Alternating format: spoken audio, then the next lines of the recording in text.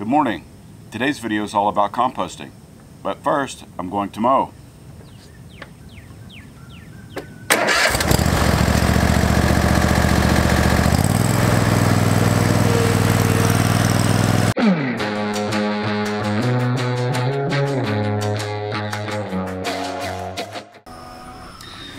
Oh man, it is already hot. It is already a scorcher today. It's supposed to be 100 or more degrees outside today, and it is already pushing those temperatures up. So you might be wondering, how does mowing the lawn have anything to do with composting? Well, the truth is, a lot of families that try to compost just using table scraps and vegetable scraps and such from their kitchens may not have enough of that material to create an adequate amount of compost. So by mowing your lawn, you're creating all of the grass clippings. Sorry, I got lungs full of grass. What we're going to do is we're going to collect the grass clippings, and then we'll show you how to use those in composting. So we have a lawn sweeper, and we're going to use the lawn sweeper to pick up the material. If you don't have a lawn sweeper, you can simply rake the grass up, rake up the grass, leaves, debris from cutting the grass, and then we'll show you how we use that in the compost. But let's go get the lawn sweeper hooked up, and we'll get busy collecting the material we need to add to our compost. Alright, so after mowing, you could do this while you're mowing, but we have so many obstacles around that I find it's easier to just run over the lawn with the lawn sweeper after actually mowing, so I can avoid the obstacles that are in the way. But we picked up this Ohio Steel lawn sweeper, and I'm going to show you how it works to collect all of the material from your lawn to use in your compost.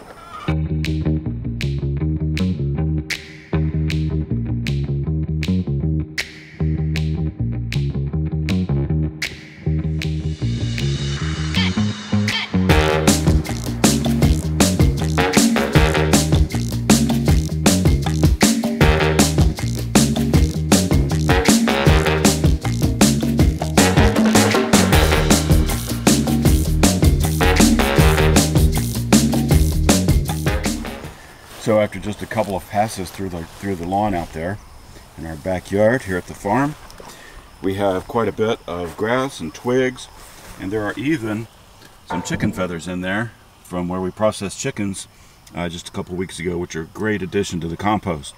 So next we'll take this material and put it in the compost and show you how that works.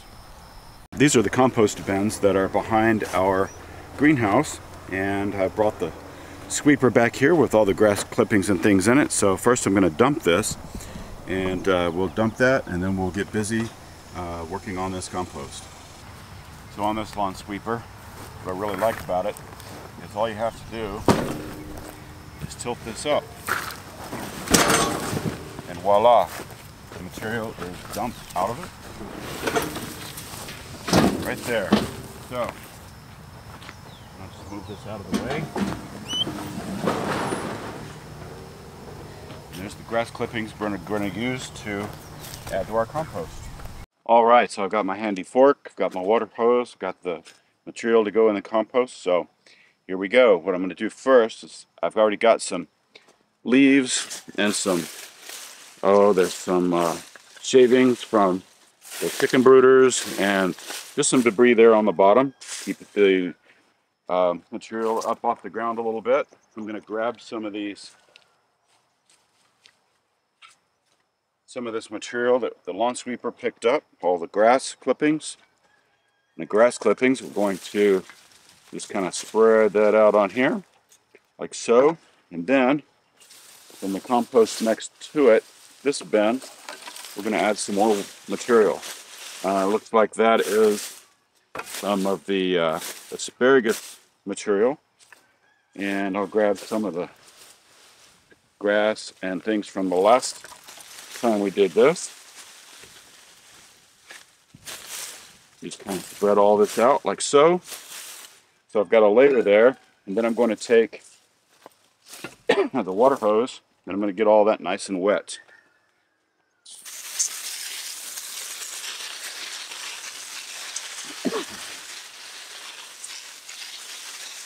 So this is really considered a thermal fillet type compost. So what we'll do is, once we get all of this put together, we will turn it every few days and add water to it as we do, just like we're doing now. And it won't take very long for this to break down and create some really good soil. The other thing is, I'm not going to the trouble, and I've found it's really not necessary to make this harder than it needs to be by worrying about the percentage of green to the percentage of carbon, and it's always worked very well. So just get this nice and wet, and then we're going to repeat.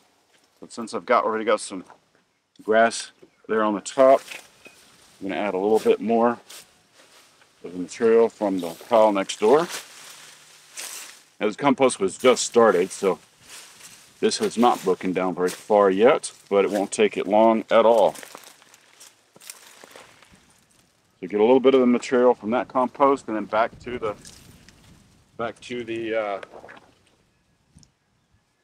grass clippings from the lawn. Whether you used a lawn sweeper or you raked them up yourself, either way, this will add the heat component to get the compost cooking nicely. Got a little bit more.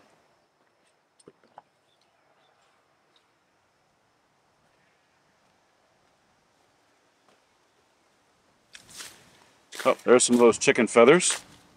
And we just processed chickens last weekend, so there's a lot of feathers over there where I swept. A lawn sweeper also kind of nice. It makes the yard look a little bit nicer and picks up some of the debris from the trees, like we've done here. This has all been picked up in the past with the lawn sweeper, except for the debris that we pick up out of the greenhouse that goes in here. So basically, I'm just going to get this and spread it out and keep repeating this process of adding the material from the compost and adding the material that we picked up from the lawn sweeper, and keep getting it wet as we go.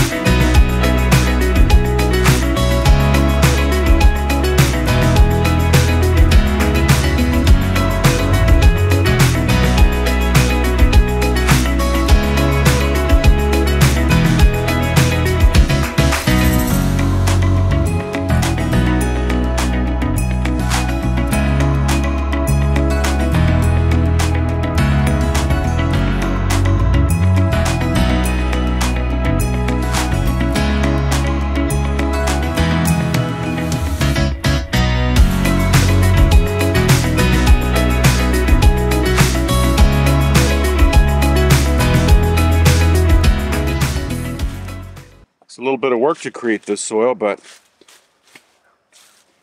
it's very, very worth it. The material we'll get out of here will be better than anything you can buy at the big box stores as far as compost goes. You really have to be careful in getting any kind of compost material from the big box stores, because most of it is really not good for the environment, not good for the soil, contains tons of plastics, and the manufacturing process and getting it all bagged up is generally not a good idea using that. So that's all you can do, that's all you can do. But if you can create your own over a few weeks, months, or however long it might take you, it is certainly much better and less expensive than anything else.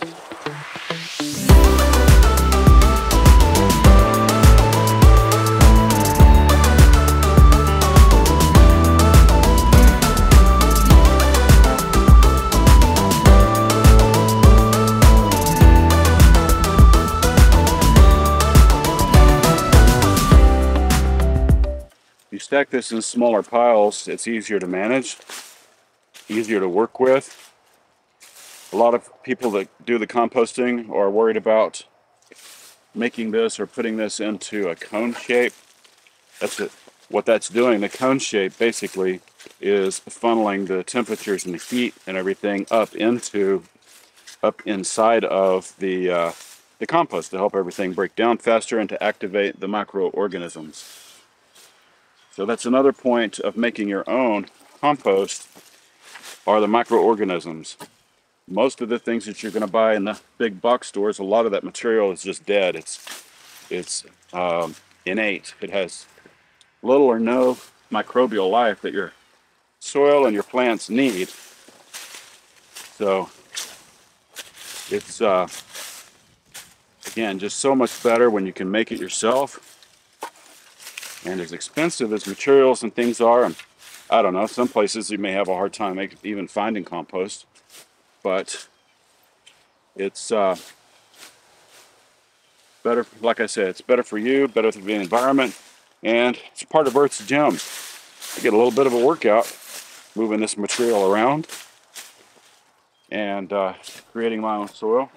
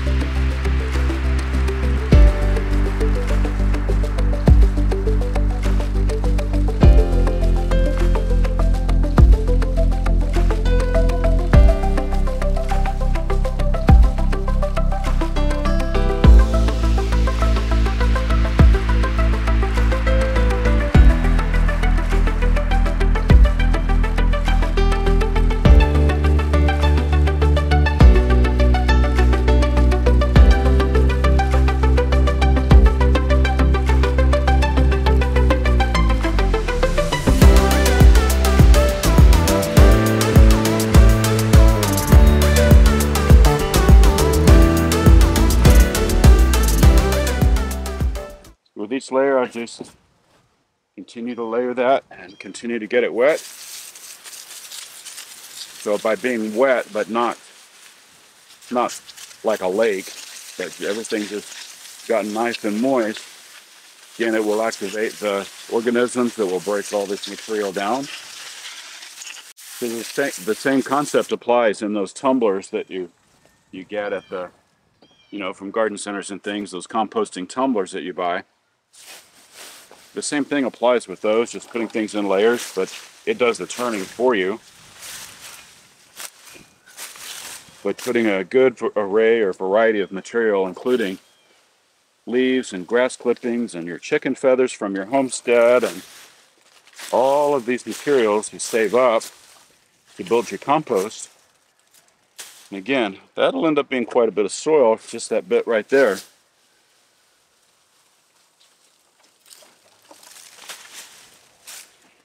You can add your coffee grounds, your vegetable scraps from the kitchen,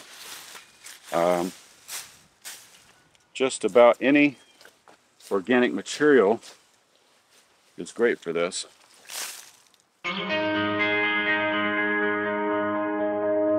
Too many days in the darkness without a glimpse of the light.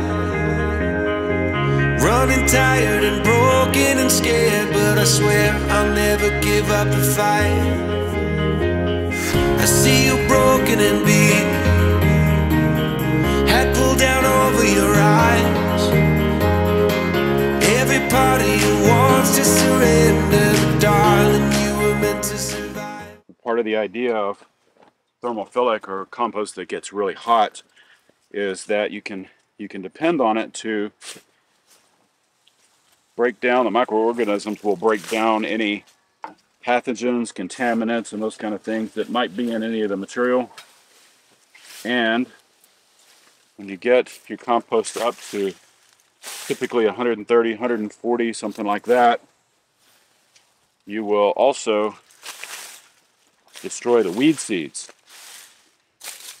We were visiting with some friends last night, and they were telling me that they'd bought some straw to use in their gardens and such, and lo and behold, after they had put that down, they found that they had a lot of grass coming up from, it was probably wheat or wheat straw, but then they were frustrated about the fact that they had all that coming up.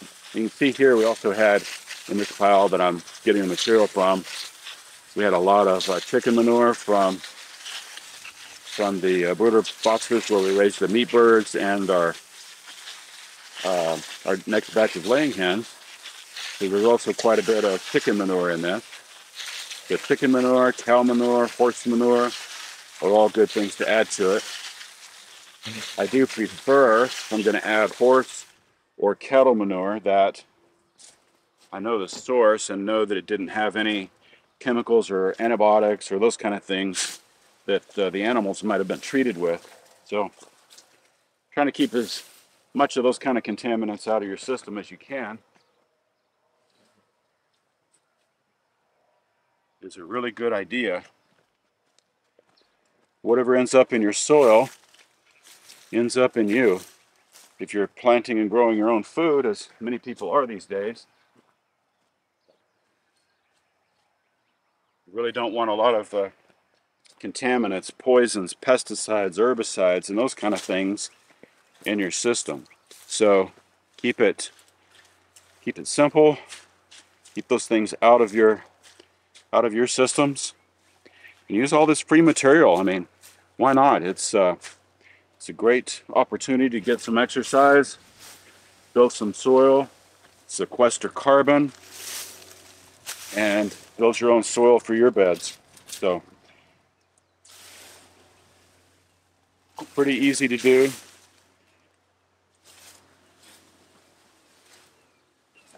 You can do this in a backyard. Doesn't have to be, you can see we're just using pallets for the walls on this one. And doesn't have to be anything fancy. You don't even need the sides. You can do this in a pile in the middle of your lawn. Really doesn't need a lot. There's some eggshells. It's all this material in. Keep getting it wet. So once I'm finished, I'm going to finish doing this, but you guys don't need to watch me create these layers. The other thing we'll do is we have a garden thermometer or a compost thermometer that we'll put in here, and we'll keep an eye on this. And we'll just shove it down in there. And what we're going to look for is it to get up into this green zone, 120 to 140 degrees. We know it's really breaking down and cooking, as it were, when it gets to that temperature. So when the temperature begins to drop again, we'll know for sure it needs to be turned and more material, grass clippings, leaves, or whatever, added to it, so that it can continue to make good soil for us. All right, last but not least, this is our kitchen garden compost right here. And on this side, we have what we constantly add things to, kitchen scraps, things out of the barn, such as that. And on this side, we have just about finished compost. So I'm going to show you what we do with that to get it going and how we sift it, make it ready for use in our beds. Got to put on the gloves for the sifting part, because those wires will hurt my hands. I'm delicate in nature, what can I say? So if we just use a fork, that's for turning compost, which we might look at again here in a second. But in our area of finished compost, look at this. This is absolutely gorgeous finished compost. You still see some bits of eggshells and things like that, but lots of organic material. You just can't buy this in a store. And you know what's in it. It's all organic and in really good shape. So happy with the results of this compost. So I'm just going to take a shovel, put it in our wheelbarrow here. It has a screen mesh. The screen mesh is made out of obviously a couple of 2x4s and some hardware cloth. And the idea here is if there are any larger pieces, we can get it out. You can use whatever size hardware cloth you like. This is 1/8 inch, so it's pretty small, pretty fine. But you can also use the 1/2 inch, 1/8 inch, 1/4 inch, whatever you want. But the smaller the mesh, the more of the larger bits of debris it will take out. So just run our hands across this. So see, the screen is going to keep things like rocks and bits of irrigation and chicken bones and big clods that haven't broken down from going into our mix that we'll actually put on the beds. So it takes just a minute. It's pretty quick. A couple shovelfuls on there. Whatever's left, the material that's left that's too big to go through the screen goes back into the compost to continue breaking down. And what we're left with here in the material, this is our finished compost. Gorgeous, beautiful soil, ready to be put out and to grow healthy plants and to stimulate the microbial life in the soil. So we're going to get that sifted and get it put out and ready to use. You can see there how she grabs it, just the moisture content. It will ball, but it's just breaks right apart. Nice and crumbly and ready to go. Again, just like the compost we were talking about out there, as we turn this and add material to it, after we're finished sifting it, we'll add more material to it and turn it and add water to it, and just keeps going all the time. So it's pretty much a non-stop process for us. You can do it on whatever scale you like, but those are the main components and how we use compost, make compost, how we use the grass clippings in there. And I hope you enjoyed the video, and I hope you'll share our channel, subscribe if you haven't already, and we'll see you next time.